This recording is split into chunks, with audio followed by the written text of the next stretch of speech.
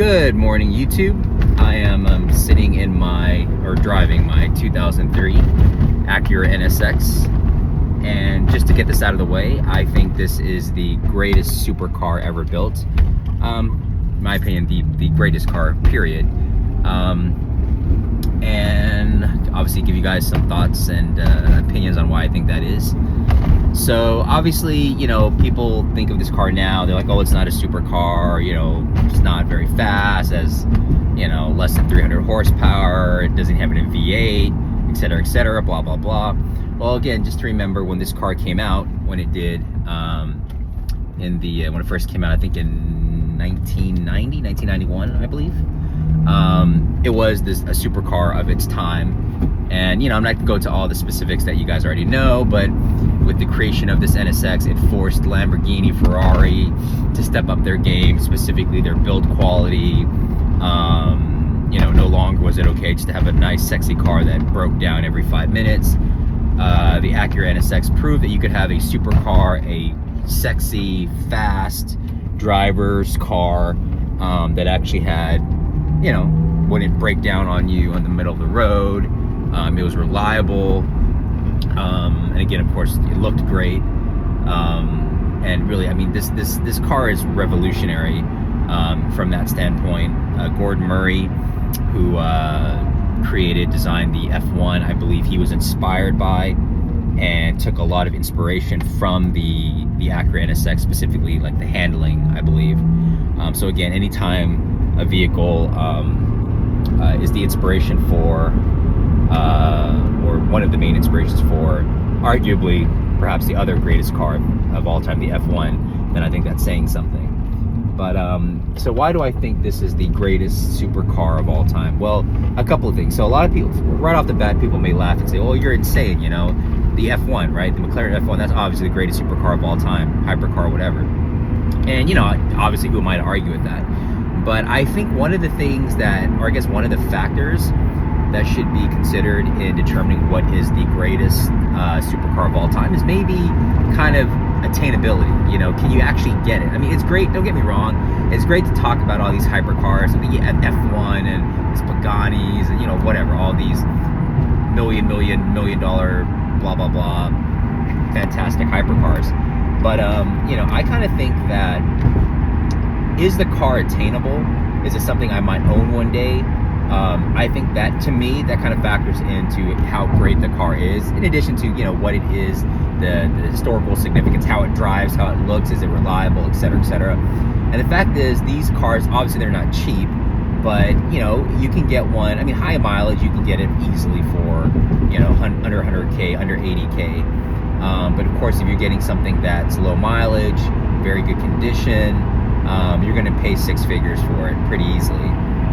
But as I mentioned in my video the other day that I did of my Supra, this is still way more affordable and still way more attainable than a Mark IV Supra. Where, to me, that doesn't make any sense.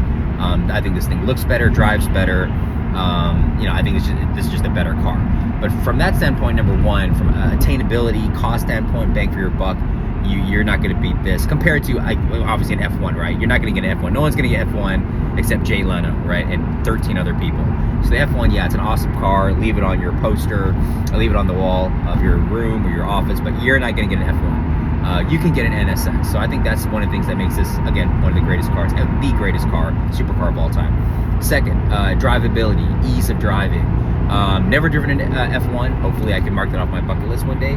But I've driven other supercars. I own several other supercars. This is by far, hands down, the best, easiest supercar to drive. It literally is. I know I keep on saying it. It's very cliche. Tons of other people say it, but it literally is like driving a Honda Civic.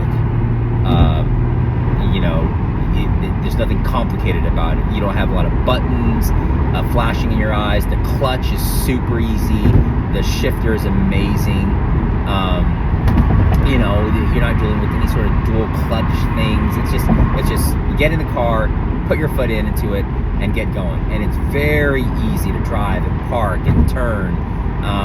You're not like, you know, my Ford GT or my Gallardo, or, you know, it's in terms of ease of driving, the closest that I've driven that I would compare it to is maybe the 12C. The 12C is fairly easy to drive as well, but you know, sometimes when you're driving this car, you forget you're in a supercar. You forget you're in you know, one of the greatest cars of all time, or in my opinion, the greatest supercar of all time. You forget you're in an NSX. You literally feel like, this is horrible, this is sacrilegious, but you feel like you'd be driving like you're a Camry or a Lexus or something. It's so easy to drive, guys. Not intimidating. Just an amazing car to drive. From visibility, usability, that's another thing I think that makes this car the greatest supercar of all time. Again, haven't driven an F1, seen lots of videos. I get you get the 3 seats, you get some luggage compartments, awesome. But this car, again, you have a trunk in the back, which is actually very usable. You know, is this something that you're gonna have, you know, taking kids to soccer practice or going to Home Depot? Absolutely not. But it's incredibly usable. You have a trunk that's very usable. You have a good amount of interior space. And again, the fact that you can drive this car around, you're not, you know, clipping curbs or worrying about, you're not super wide when you park. You don't have to worry about being at the end of the row like in a GT, or with your butterfly doors when you're going to hit something next to you. It's a regular door that opens. So again, it's very usable, easy to use, practical. Visibility is incredible. It's not, you don't feel like you're sitting in like a pillbox, or you know, you can barely see out on either side. Your A pillars are huge. You know, blind spots everywhere. You sit super low to the road. It's so easy to see, to drive, to put the car exactly where you want to be. You know, it's just, I'm actually trying to think of negatives, which reliability, that's another issue. 100% reliable, bulletproof. The only issue I've had with this car is the power steering module has gone out, which apparently they don't make them anymore. So that's something that I've kind of having some difficulty locating. It's just a matter of finding that module, that box, and replacing it. So basically at low speeds, when you're parking or pulling out of a parking spot, you know, you gotta put some force into the steering wheel to make it turn. But when you're at, you know, normal cruising speed, you don't notice it whatsoever. Never had any other issues, guys. No engine issues, no transmission issues. Obviously, I take care of the car, oil changes, changed out the timing belt at regular intervals. You know, obviously I maintain the car well, but you take care of the car, it's going to take care of you. When I get in this car, I can have this car sit literally for a month longer. I've actually done that, and I've never gotten in. It's like, oh crap, you know, the battery's dead or whatever. It just starts up every single time. No issues, no warning lights, no rattling. And again, this is a 2003 car. This is a 20-year-old car, guys, and it literally drives and feels like I bought it a few years ago. You know, the team that built this at Acura, I guess it was like a team that was dedicated only to building these Acuras, and I think they're also the same team that built some of the S2Ks as well. And you can definitely feel that in terms of the build quality, in terms of just how the car feels. It's just very sturdy. Nothing shakes, nothing rattles, nothing feels flimsy. It's not like when I'm in my Lotus, love my Lotus, but you know, when I'm riding my Lotus, you know, like I mentioned in my other video, stuff's popping off, the windshield won't roll up, you know, and those are hand built. But yeah, these things are just amazing. 100% bulletproof reliability, easy to drive, great visibility, fun to drive, great looking car. Again, I'll take an exterior shot later, guys, but these cars are just completely, in my opinion, just timeless. They do not look old. They do not, even like the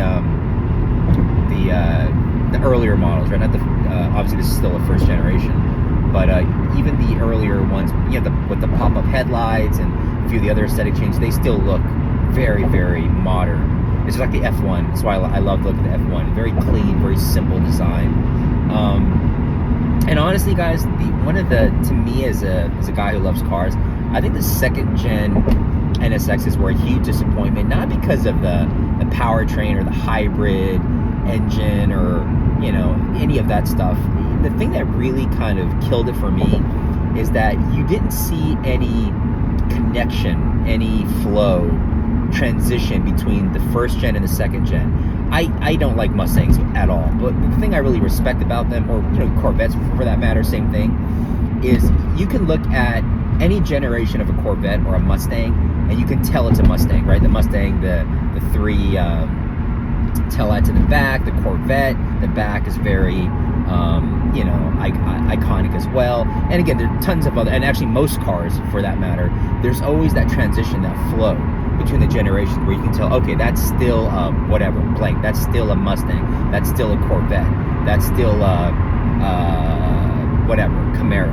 With this NSX, if you put this first generation NSX next to a second gen, and I didn't tell you the second generation NSX was a second generation NSX, you would have no idea it was the same badge, the same brand, the same manufacturer, anything. And I think that's really dropped the ball.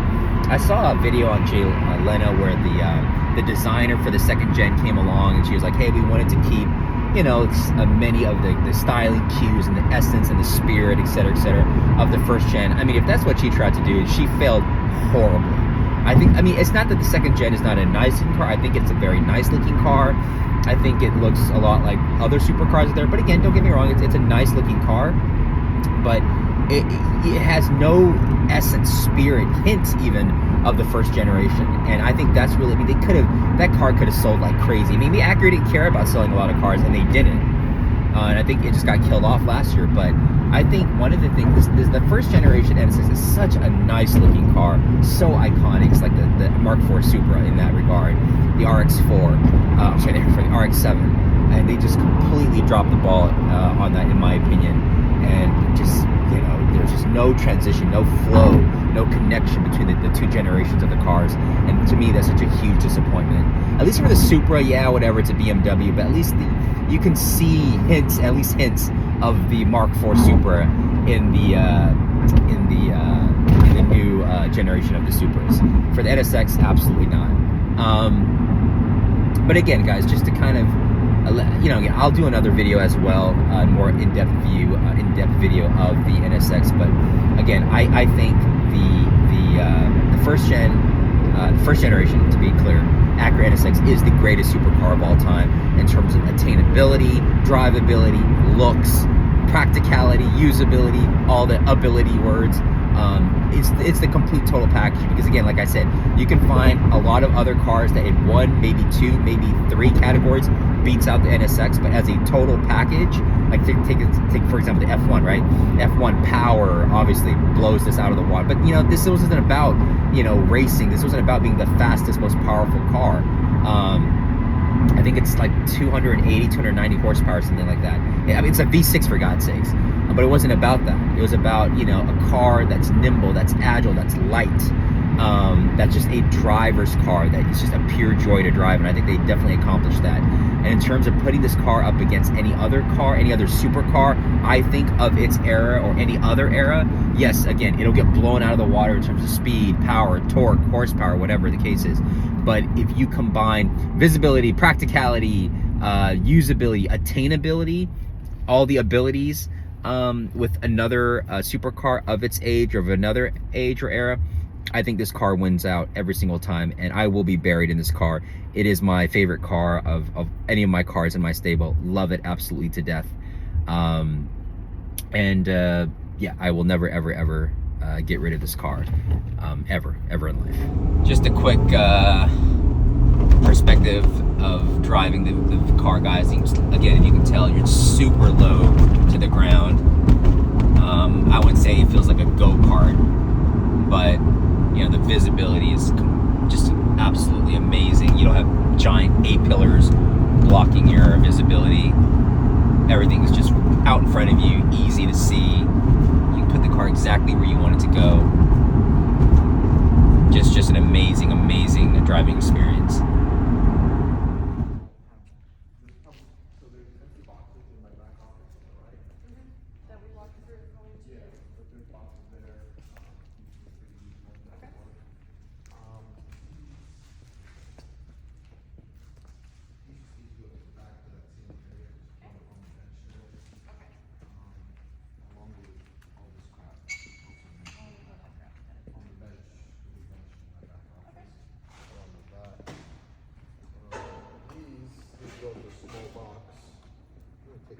out of them, so they don't. Are those are much to these TVs? They're most of these 5 TVs, but I don't know that any of them are any different, and obviously they come better. Yeah, I just don't want them to sell batteries.